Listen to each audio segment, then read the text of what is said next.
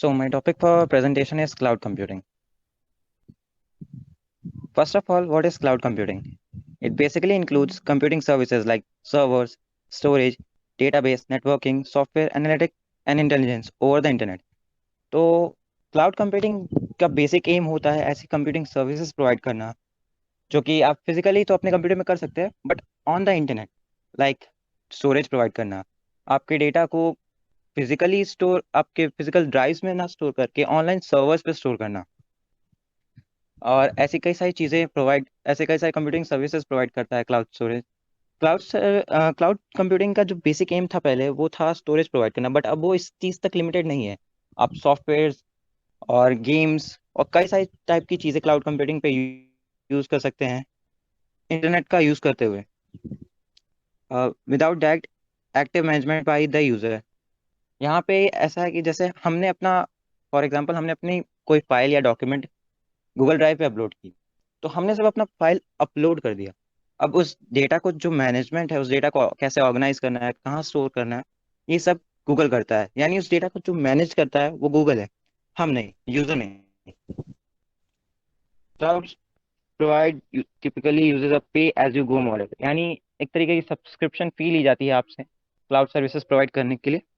आपको जो भी क्लाउड सर्विस प्रोवाइडर्स है वो एक सब्सक्रिप्शन फी आपसे लेते हैं इस सर्विसेज को इंक्लूड करने के लिए या आपको यूज करने के लिए। Next, history of cloud computing. The term cloud was used to refer to platform for distributing computing as early as 1993। 1993 तक इस क्लाउड कंप्यूटिंग टर्म को यूज किया जाता था कि कंप्यूटर सर्विसेज को डिस्ट्रीब्यूट करने या उनसे रिलेटेड चीज़ों को प्रोवाइड करने के लिए। क्यों? और क्लाउड कंप्यूटिंग जो एक्चुअल वर्ड था उसका यूज 1996 तक हुआ था। The cloud symbols were used to represent networks in ARPANET 1997 and CSNet 1981। ARPANET और CSNet जो एक्चुअली में इंटरनेट के ओरिजिन्स थे, जो कि 1997 या 1977 और 1981 में यूएस आर्मी ने डेवलप किए थे, ये इंटरनेट के ओरिजिन्स या बिगिनिंग कहे जा सकते हैं। इनमें क्लाउड सिंबल्स जनरली रिप्रेजेंट करता था नेटवर्क को। नेटवर्क कंप्यूटर नेटवर्क्स जो कि आपस में जुड़े होते चीज़ों को शेयर करने के लिए, like secret documents and much more. It was popularized by Amazon by releasing Elastic Compute Cloud product in 2006। But cloud computer को एक्चुअली में पॉपुलर किया अमेजोन ने अपना एक क्लाउड कंप्यूटर सॉफ्टवेयर यूज करके, इसका नाम था इलास्टिक कंप्यूट क्लाउड। और फिर गूगल और नासा जैसी कई सारी ऑर्गेनाइजेशंस ने क्लाउड कंप्यूटर पे वेरियस सॉफ्टवेयर मार्केट में लॉन्च किए, बट कोई इतना पावरफुल और इतना स्टेबल नहीं था। इन 2010, Rock Space Hosting and NASA jointly launched cloud software known as OpenStack। 2010 में NASA और Rock Space Hosting rack space hosting sorry, इन दो कंपनीज ने या ऑर्गेनाइजेशंस ने मिलके पहला ओपन सोर्स सॉफ्टवेयर जो कि क्लाउड सर्विस पे बेस्ड था उसको लॉन्च किया, जिसका नाम था ओपन स्टैक। इस पे सिर्फ स्टोरेज ही नहीं, ऐप डेवलपिंग और पेमेंट सिस्टम्स और कई सारी चीज़ों को रिलेटेड जो सर्विसेज प्रोवाइड की गई थी वो सारी इंक्लूडेड थी। There are some services and models are working behind the scenes, making the cloud computing feasible and accessible to the end user। Basically जो हम एंड यूजर हैं, हमें क्लाउड कंप्यूटिंग की सर्विसेज बेहतर और अच्छी मिल सके, इसके लिए कुछ मॉडल्स काम करते हैं, जिसके दो मॉडल्स हैं, डेवलपमेंट मॉडल्स और सर्विस मॉडल्स। दोनों के अपने अपने वर्क हैं, दोनों अपने तरीके से काम करते हैं ताकि हर यूजर को, ईच इंडिविजुअल यूजर को बेहतर सर्विसेज मिल सके। तो पहले बात करते हैं सर्विस मॉडल्स की। Service models, these are the references on which the cloud is actually based. ये वो एक्चुअल मॉडल्स होते हैं या इंफ्रास्ट्रक्चर्स होते हैं जिन पे क्लाउड सर्विसेज बेस्ड होती है। कहने का मतलब है लाइक बेसिक फ्रेमवर्क, एक ढांचा जिसके ऊपर हमारे क्लाउड सर्विसेज बेस्ड होते हैं।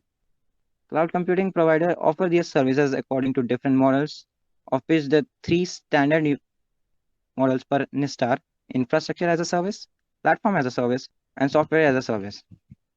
तो निस्ट एक ऑर्गेनाइजेशन है, यूएस बेस्ड ऑर्गेनाइजेशन है, जिसका फुल फॉर्म है national institute of standard and technology. ये एक स्टैंडर्ड सेट करती है कि कोई भी सॉफ्टवेयर जो कि इन तीन सर्विसेज के अंदर आएगा, उसके क्या स्टैंडर्ड्स होंगे, उसमें बेसिक क्या फ्रेमवर्क्स होंगे, क्या चीजें होंगी, वो निस्ट तय करता है। This model offer increasing abstraction. They are thus often portrayed as layer in a stack, but these need not to be related. ये तीन जो सर्विसेज हैं, ये एक्चुअली एक एब्स्ट्रैक्शन डेटा का करती है। एब्स्ट्रैक्शन का लिटरल मीनिंग होता है कि जो आपका डेटा है उसमें से अननेसेसरी या टेम्पररी डिटेल्स हटा देना, उनको इग्नोर कर देना, ताकि जो आपका या यूजर या किसी का भी जो डेटा को मैनेज कर रहा है उसका मेन, हेलो, हाँ जी बेटा, कैरी ऑन। जो जो डेटा का मेन होता है वो, मतलब जो मैनेजमेंट कर रहा है उस डेटा का, उसका मेन एम ये होगा एब्स्ट्रैक्शन में कि जो टेम्पररी डिटेल्स है उनको इग्नोर करते हुए मेन डेटा, जो एक्चुअल आपका डेटा है, उस पर फोकस करना। तो ये लेयर्स के तौर पे भी काम कर सकते हैं, बट ये रिलेटेड नहीं होते हैं। जरूरी नहीं कि हमेशा ये तीन सर्विसेज आपस में रिलेटेड ही हो, ये अलग अलग इंडिविजुअल भी काम कर सकते हैं। Now infrastructure as a service, it refers to the online services that provide high-level APIs used to abstract various low-level details of underlying network infrastructure like physical computing, resources, location, data partition, scaling, security, backup, etc. ये वो online services होती हैं जो कि advance या फिर high level की application programming interface use कर, जैसा कि मैंने पहले बताया, एब्स्ट्रैक्शन यूज करके। अब इसका एग्जांपल के तौर पे अगर आप मॉडर्न डे फोन्स में अगर आप कोई भी एक फोटो लें, तो आप उस फोटो की अगर डिटेल्स पे जाए तो आपको कई सारी चीजें दिख सकती है, जैसे कि अगर आपका लोकेशन ऑन है तो उस फोटो की लोकेशन देगा, डेट, उसका साइज, इवन आपके फोन में वो कहाँ स्टोर्ड है वो पर्टिकुलर एड्रेस, ये सारी चीजें। तो एब्स्ट्रैक्शन में ये सारी चीजें हट के, यानी आपका जो टाइमिंग है फोटो की, आपकी डेट, आपका लोकेशन और वेरी सारी चीजें हट जाती है और सिर्फ आपका डेटा रह जाता है, यानी आपकी सिर्फ फोटोज रह जाती हैं, अननेसेसरी डिटेल्स हटा दी जाती हैं। Pools of hypervisor within the cloud operational system can support large number of virtual machines and ability to scale services up and down according to customers. अब hypervisors एक तरीके से वर्चुअल नेटवर्क्स होते हैं जो कि कई सारे मशीन्स बना सकती है, virtual machines like virtual computer, जो कि यूज किया जा सकता है कई सारे डेटा को एक साथ प्रोसेस करने में। और ये नॉर्मल यूज होता है कि data according to need of the consumer और कस्टमर्स एनालाइज करने के लिए या फिर उस डेटा को ऑर्गेनाइज करने के लिए। Now platform as a service, it offers IT vendors offer a development environment to application developers. The provider typically develop toolkit and standard for the development and channel for distribution and payment. ये platform as a service जो होता है ये normally application developers के लिए होता है, यानी इसमें उस टाइप के सॉफ्टवेयर्स किसी यूजर को या फिर किसी पर्सन को एक क्लाउड सर्विसेज प्रोवाइड करती हैं, जिनमें एक पर्सन कोई एप्लीकेशन सॉफ्टवेयर या उससे रिलेटेड समथिंग डेवलप करना चाहता है। तो लाइक फॉर एग्जांपल इसमें आपको ऑपरेटिंग सिस्टम, प्रोग्रामिंग लैंग्वेजेस और एक्सिक्यूशन एनवायरनमेंट जो कि एक एप्लीकेशन डेवलप करने के लिए जरूरी होता है, वो सारी इंक्लूडेड होती हैं।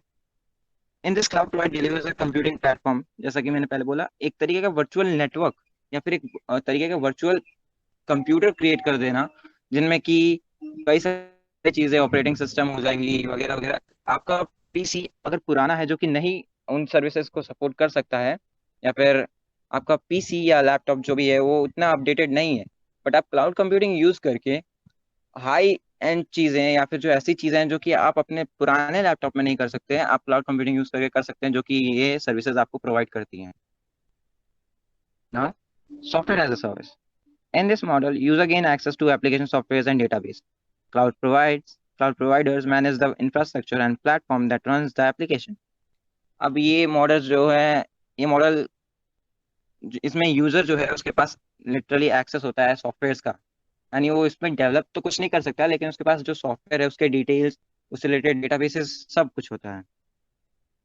और इस पे जो क्लाउड प्रोवाइडर है वो इसका बेसिक फ्रेमवर्क, यानी एप्लीकेशन या डेवलप करना, ये सब प्रोवाइडर के पास होता है। क्लाउड सर्विसेज को जो प्रोवाइड करता है इस टाइप के मॉडल्स में, उसके पास उस सब का एप्लीकेशन से रिलेटेड या बाकी सारी चीज़ों से रिलेटेड जो डेटा होता है वो प्रोवाइडर के पास होता है। बाकी हम जो हैं, यानी हम एंड यूजर जो हैं, हम सिर्फ एप्लीकेशंस और डेटाबेसेस यूज कर सकते हैं कई और चीज़ें करने के लिए या फिर अपने नॉर्मल यूज के लिए। It sometimes refers to as on-demand software as it usually priced on a pay-per-use basis or using a subscription fee। Generally इस टाइप की चीज़ें फी यूज़ करके ही प्रोवाइड की जाती है, एक छोटा सा अमाउंट या फिर एक टाइम पीरियड के लिए एक मंथली फी या एनुअल फी ली जाती है, जिसके बाद आपको सर्विसेज प्रोवाइड की जाती हैं। बट कई जगह पे ये सर्विसेज फ्री भी होती है, बट वहाँ पे वो एक्चुअली फ्री ना होकर के वो आपका एक्चुअल डेटा यूज़ करते हैं एज अ फी।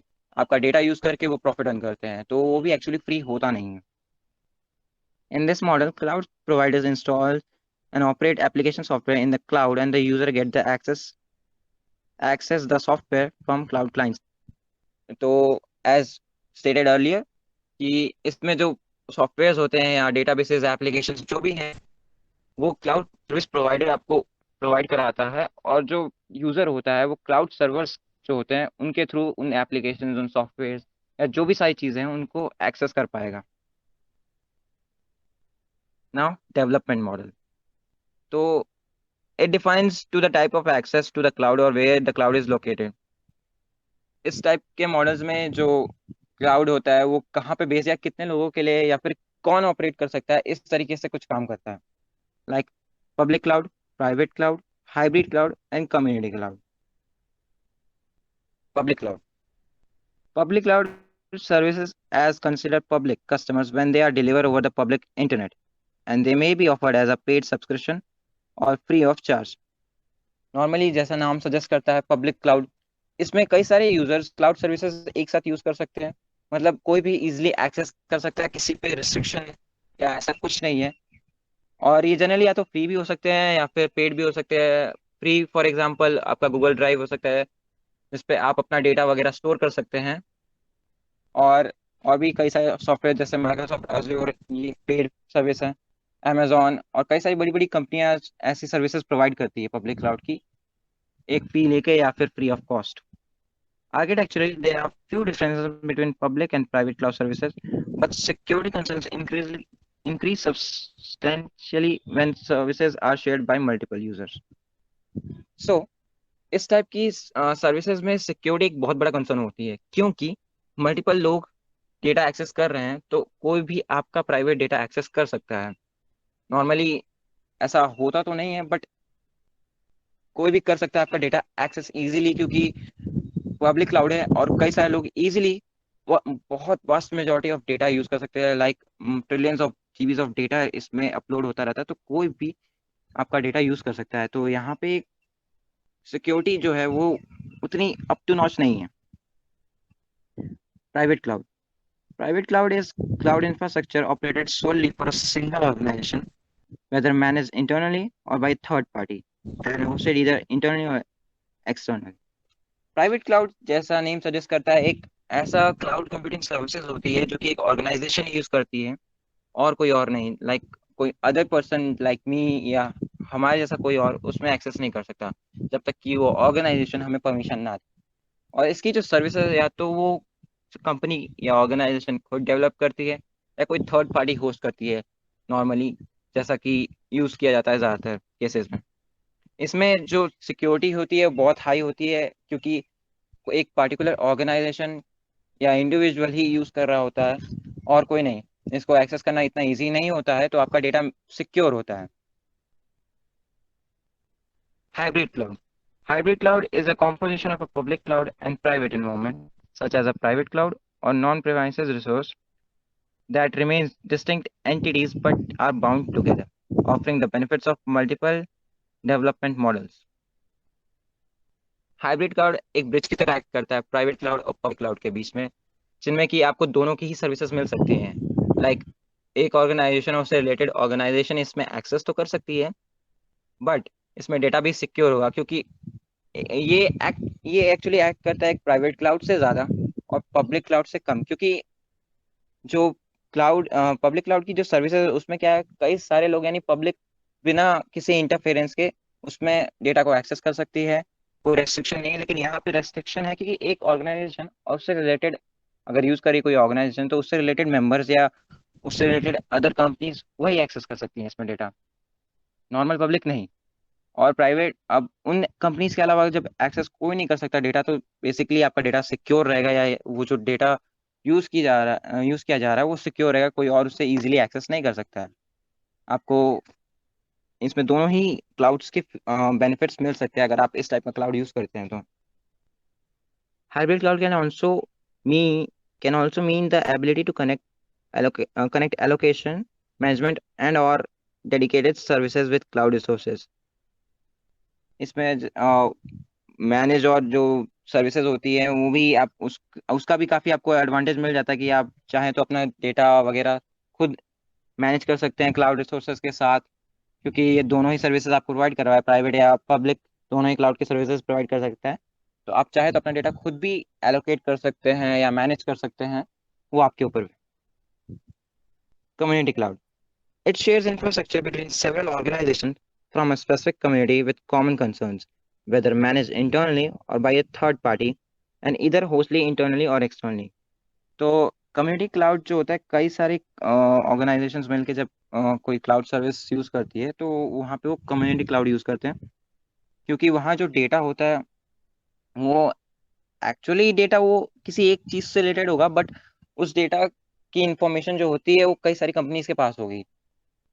लाइक आपका पर्सनल डेटा कई सारी कंपनीज के पास होगा, बट यू डोंट नो।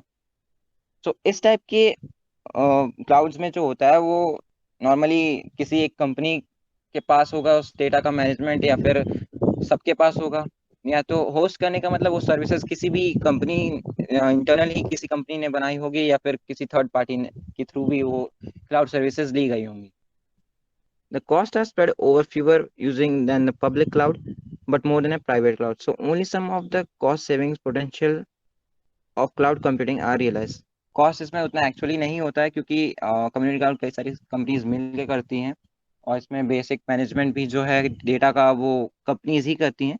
सो इसमें कॉस्ट उतना नहीं लगता है, ये काफ़ी लेस होता है, बट ये आपको more than a public cloud होगा, sorry more than a private cloud होगा और लेस देन पब्लिक क्लाउड होगा। जैसा कि हाइब्रिड क्लाउड में था कि कोई भी इजीली एक्सेस, कोई भी पब्लिक मेंबर या कोई भी एंड यूजर इजीली इसको एक्सेस नहीं कर सकता without the permission of the company और the organisation using that cloud. Now advantages, lower computer cost. So time के साथ हमारे डिवाइसेस स्लो होते जाते हैं, हमारे डिवाइसेस अपडेट नहीं रहते, क्योंकि हमने डिवाइस जो है एक टाइम के साथ नई चीजें आती हैं। तो क्लाउड कंप्यूटिंग यूज करके जो हम अपना कंप्यूटर जो है उसका कॉस्ट बचा सकते हैं, सिंपली कि हमारे अगर फॉर एग्जांपल कोई ऐसा हाई एंड सॉफ्टवेयर जो हमारे डिवाइस पे सपोर्ट नहीं करता है, तो हम क्लाउड कंप्यूटिंग यूज करके उसको ऑनलाइन सर्वर्स पे चला सकते हैं।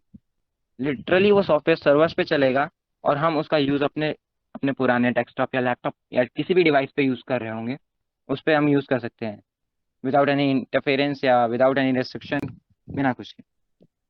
इम्प्रूव परफॉर्मेंस, अब जब हमारा हम उसके डायरेक्टली सर्वर्स पे यूज कर रहे हैं, तो सर्वर्स के जो अपडेट होते रहते हैं सर्वर्स ऑटोमेटिकली, और उन पे जो परफॉर्मेंस होती है वो हाई एंड होती है, क्योंकि बहुत सारा trillions of GBs of data उनको प्रोसेस करना होता है, इसलिए उन पे परफॉर्मेंस भी ज़्यादा होती है। तो हम अपने जो भी काम कर रहे हैं या जो भी काम हम क्लाउड कंप्यूटिंग यूज करके कर रहे हैं, उस पर हमें परफॉर्मेंस बहुत अच्छी मिलेगी, हम बहुत ईजिली अपने टास्क कर पाएंगे rather देन अपने नॉर्मल पुराने या अपने डिवाइसेस पे। रिड्यूस सॉफ्टवेयर कॉस्ट, मैंने बोला कि आपको कोई सॉफ्टवेयर ऐसा है जो कि बहुत एडवांस है, लाइक उसे आप परचेज करके ही उस पर काम कर सकते हैं, तो rather देन आप उस पर क्लाउड कंप्यूटिंग पे उस सॉफ्टवेयर को यूज करेंगे, तो पहले आपका सॉफ्टवेयर कॉस्ट बचेगा आपके जो, क्योंकि आप क्लाउड कंप्यूटिंग डायरेक्ट यूज कर रहे हैं, उसको आप इंस्टॉल ना करके ऑनलाइन सर्वर्स पे यूज कर रहे हैं, और आप अपने कंप्यूटर अपग्रेडेशन का भी कॉस्ट बचा सकते हैं। Unlimited storage capacity, cloud computing का बेसिक एम था स्टोरेज प्रोवाइड करना, बट अब इस चीज से ये बहुत आगे बढ़ चुका है, सिर्फ स्टोरेज तक की बात नहीं रह गई है, कई सारी चीजें भी आप क्लाउड कंप्यूटिंग पे कर सकते हैं, like playing games, developing softwares, creating text documents, बहुत सारी चीजें। और अनलिमिटेड स्टोरेज, हालांकि ऐसा जरूरी नहीं है कि अनलिमिटेड स्टोरेज मिले हमें, बेसिकली एक फी ली जाती है या फिर फ्री ऑफ कॉस्ट होता है, लेकिन एक स्टोरेज लिमिट होती है, वैसे तो कंपनीज आपको प्रोवाइड करती हैं फीस, लेकिन यहाँ पे अनलिमिटेड स्टोरेज से मतलब है कि trillions of GBs of data जो लोगों का है वो ऑनलाइन सर्वर्स पे स्टोर किया जा सकता है। इनकी डेटा रिलायबिलिटी, डेटा डेटा जो आप यूज कर सकते हैं वो कहीं से भी यूज कर सकते हैं अपना। आपको रिलायबल है मतलब आपका डेटा जो है आपके पास रहेगा। आपको बार बार डेटा को किसी डिवाइस में लेके हर जगह घूमने की उसकी जरूरत नहीं पड़ेगी। आप ऑनलाइन स्टोर कर सकते हैं, आप ऑनलाइन ही डेटा एक्सेस कर सकते हैं। कोई इसमें रिस्ट्रिक्शन नहीं है। यूनिवर्सल डॉक्यूमेंट एक्सेस, कहीं से भी आप इसको एक्सेस कर सकते हैं। Automatic updates, servers automatic update होते ही रहते हैं हमेशा हमेशा, क्योंकि उनको डेटा प्रोसेसिंग करना ताकि उनके लिए इजी रहे, बहुत सारा डेटा प्रोसेस कर सकें इन सारी चीज़ों की। डिवाइस इंडिपेंडेंट, तो लास्ट ये है कि डिवाइस इंडिपेंडेंट मतलब आप क्लाउड सर्विसेज सिर्फ अपने लैपटॉप पीसी पे ही नहीं ले सकते, अपने टैबलेट, स्मार्ट टीवीज या स्मार्ट वॉचेस, जिस जो भी चीज़ जो एक इंटरनेट से जुड़ी हुई है उस पे आप ले सकते हैं। लाइक अगर आप गूगल ड्राइव की बात करें तो गूगल ड्राइव अपने फ़ोन पे भी यूज़ कर सकते हैं, अपने लैपटॉप पे भी यूज़ कर सकते हैं। तो ये डिवाइस का कोई रेस्ट्रिक्शन इसमें नहीं रह जाता है कि आप किसी एक पर्टिकुलर डिवाइस पे ही रहें।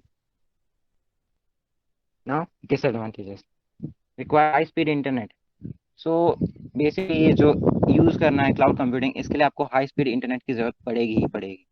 लो स्पीड इंटरनेट यानी आप अपना काम सही से नहीं कर पाएंगे। Need a constant connection to the internet, ज़रूरी नहीं कि सिर्फ आपका इंटरनेट ही मतलब हाई स्पीड वाला हो, ऐसा है कि नेटवर्क स्टेबल भी रहे। अगर बार बार नेटवर्क फ्लक्चुएट करेगा तो भी आप इस सर्विसेज को यूज़ नहीं कर पाएंगे। Data might not be secure, तो यहाँ पे पब्लिक क्लाउड का रेफरेंस लिया गया है कि कई सारे लोग अगर यूज़ कर रहे हैं तो आपका डाटा सिक्योर नहीं भी हो सकता है, क्योंकि कोई भी उस डेटा को एक्सेस कर सकता है। अगर वो पब्लिक क्लाउड है तो कोई भी उस पर अपना मतलब आपका डेटा यूज़ करके कुछ भी कर सकता है। डाटा माइट लॉस्ट, अगर सर्वर्स को कुछ हो जाए, सर्वर डैमेज हो जाए, सर्वर लो हो जाए, तो आपका डेटा या तो डिलीट हो सकता है या फिर आपके डेटा को कुछ हो भी सकता है। तो डाटा जो है आपका, उसकी सिक्योरिटी 100% तो नहीं है, कैन बी स्लो। जैसे कि आपने सुना होगा कभी कभी कुछ ऑफिशियल अनाउंसमेंट होती है किसी साइट पे, तो कई सारे लोग उन साइट्स को यूज करने के लिए एक टाइम पे यूज करते हैं, तो जिससे होता है कि सर्वर डाउन हो जाते हैं, क्योंकि सर्वर की एक कैपेसिटी, एक लिमिट है कि वो कितने स्पेसिफिक यूजर्स के लिए डेटा प्रोसेस करता है एक साथ में। लेकिन जब उस लिमिट को क्रॉस कर देते हैं लोग, मल्टीपल यूजर्स जुड़ जाते हैं, तब वो सर्वर्स उतनी डेटा प्रोसेसिंग हैंडल नहीं कर पाता है, तो वो स्लो भी हो सकता है। एंड लास्ट है फीचर्स कैन बी लिमिटेड। अब वो आपके ऊपर है कि आप किस टाइप की क्लाउड सर्विसेज यूज कर रहे हैं कि नहीं, लाइक प्राइवेट कर रहे हैं या पब्लिक कर रहे हैं, उसके अकॉर्डिंग फीचर्स जो होंगे वो लिमिटेड हो सकते हैं, मैक्सिमम भी हो सकते हैं, बट वो depend on the cloud and provider जो है वो किस टाइप की फीचर्स आपको प्रोवाइड कर रहा है। Thank you.